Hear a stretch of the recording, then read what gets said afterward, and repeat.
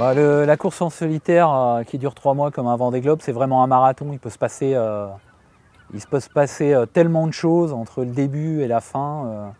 On a longtemps mené sur la course et sur un détail au niveau du Cap Horn à peu près, on a perdu la course, mais il s'était déjà passé 2 mois de course derrière nous.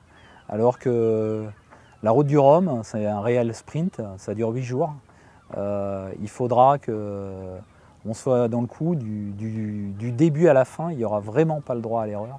Pour nous, en tant que team et préparation, je dirais que la grosse différence, elle n'est pas tellement dans le support, encore que si, dans sa préparation au quotidien dans l'avant-course, pas tout à fait la même chose.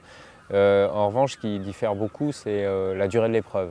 On l'aborde comme un sprint, c'est vraiment une course courte, liée justement au fait que ce soit un multicoque et de grande taille, donc avec des vitesses élevées.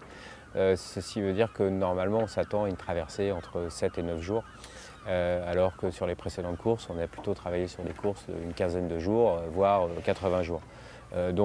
Ça change complètement la façon de préparer le bateau, de l'armer, de l'équiper en règle générale. On va vraiment être assez minimaliste sur le confort, on va charger le bateau à son minimum et on va plutôt développer et concevoir des voiles qui vont avoir vraiment ils vont être développés avec un critère préférentiel qui est le poids, et même si elles ont une longévité inférieure, on ne l'utilisera peut-être pas pour 2 ou 3 courses à suivre derrière. Donc c'est la grosse différence.